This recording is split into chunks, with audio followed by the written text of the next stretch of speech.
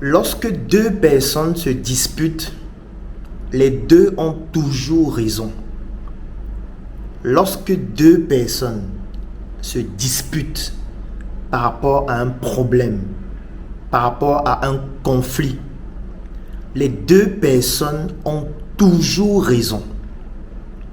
Je vais vous prendre un exemple. Supposons que vous êtes en train de laver le sol à la maison. Pendant que vous êtes en train de laver le sol, il y a quelqu'un qui vient et qui marche, qui salit le sol. Vous commencez à lui crier dessus en lui disant « Mais comment est-ce que tu peux marcher sur le sol que je suis en train de nettoyer ?»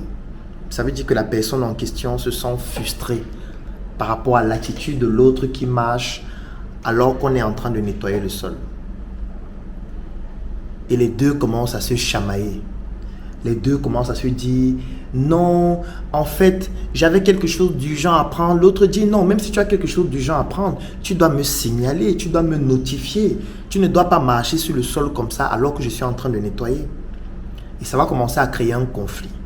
Un conflit dans lequel certains vont vouloir démontrer leur ego surdimensionné pour pouvoir montrer que c'est moi qui ai raison, l'autre a tort.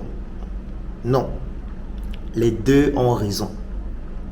Lorsqu'il y a un conflit entre deux personnes et que deux personnes se retrouvent en train de se chamailler par rapport à un problème, par rapport à un conflit, les deux ont raison. Pourquoi est-ce que les deux ont raison? Parce qu'on peut analyser de manière intrinsèque la réaction et le comportement de chacun et expliquer clairement pourquoi cette personne a raison. Je vais prendre celui qui nettoie le sol. Nettoyer le sol, ça demande quand même beaucoup de travail. Il faut prendre de l'eau, il faut prendre une serpillière, il faut prendre par exemple un savon liquide ou un savon en poudre. Il faut pouvoir balayer, il faut nettoyer. Lorsqu'on finit de nettoyer le sol, on souhaiterait que le sol soit propre. On souhaite que la maison sente bon. On souhaite que des gens viennent voir et comprendre que voilà, il y a quelqu'un qui a travaillé ici et le sol, il est nickel. Donc, si tu viens entraver à ça, c'est un problème, ça crée un conflit, la personne se fâche. L'autre qui vient marcher sur le sol qu'on est en train de laver, c'est peut-être quelqu'un qui n'a pas eu d'instruction. C'est quelqu'un qui n'a pas eu d'information en ce qui concerne la procédure lorsqu'on lave le sol. Peut-être on n'a pas notifié que lorsqu'on lave le sol, il ne faut pas marcher.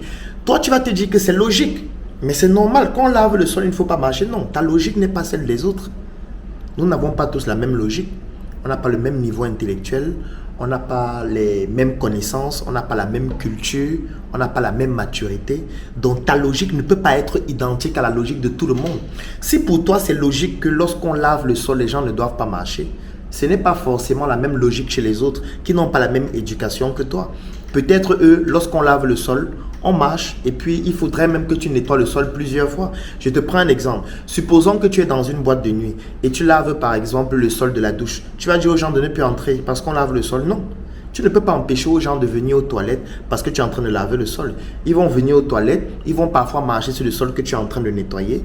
Ils vont par exemple uriner et ressortir. Tu dois continuer de nettoyer. C'est à toi-même de leur montrer la procédure, d'utiliser des techniques qui permettent de nettoyer le sol même si les gens sont en train de marcher. Donc si on prend ces cas de figure, vous allez vous rendre compte que celui qui a marché, n'ayant pas cette procédure, n'ayant pas le même niveau intellectuel, n'ayant pas la même culture, n'ayant pas la même éducation, a raison de marcher sur le sol.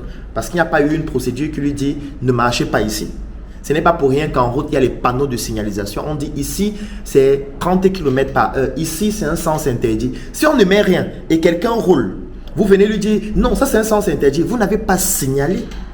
La personne n'est pas censée savoir que c'est un sens interdit. C'est pour ça qu'on met la plaque, c'est-à-dire on met la signalisation, c'est-à-dire on met une procédure qui permet aux gens de comprendre. On fait l'auto-école pendant laquelle on enseigne aux gens le code de la route. C'est-à-dire on leur apprend comment se comporter en route. Tu ne peux pas en vouloir à quelqu'un qui n'a pas fait cette auto-école, qui n'a pas le permis de conduire. Ce n'est pas pour rien qu'en route on demande présentez votre permis de conduire pour qu'on se rassure que tu maîtrises les protocoles et les procédures lorsqu'on a un véhicule et qu'on roule.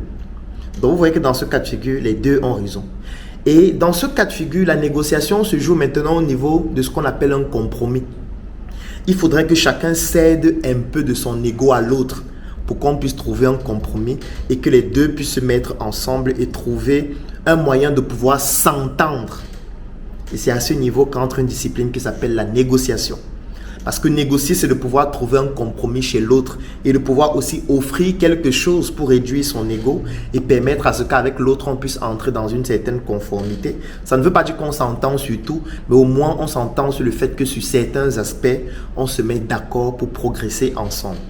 Donc chaque fois que vous allez voir des personnes en conflit, chaque fois que vous allez voir des personnes se disputer, que ce soit un couple, que ce soit des collaborateurs, que ce soit des investisseurs, que ce soit des amis, que ce soit des enseignants, que ce soit l'État, que ce soit les employés, sachez toujours que les deux ont raison par rapport à leur contexte, par rapport à leur réalité, par rapport à leur culture, par rapport à leur éducation, par rapport à leur spiritualité, par rapport à leur patrimoine génétique, par rapport à l'environnement dans lequel chacun a grandi, par rapport aux connaissances de chacun. Et quand vous avez compris ça, pour pouvoir maintenant mieux jauger l'affaire et pour pouvoir faire en sorte que le conflit puisse être résolu, vous devez trouver le moyen de faire comprendre à chacun qu'il a raison. C'est très important. Et enfin, de trouver le compromis qui va permettre à ce que les deux puissent se mettre ensemble pour réaliser des choses encore plus grandes. Parce qu'ensemble, nous sommes plus puissants. Portez-vous bien et passez une bonne journée.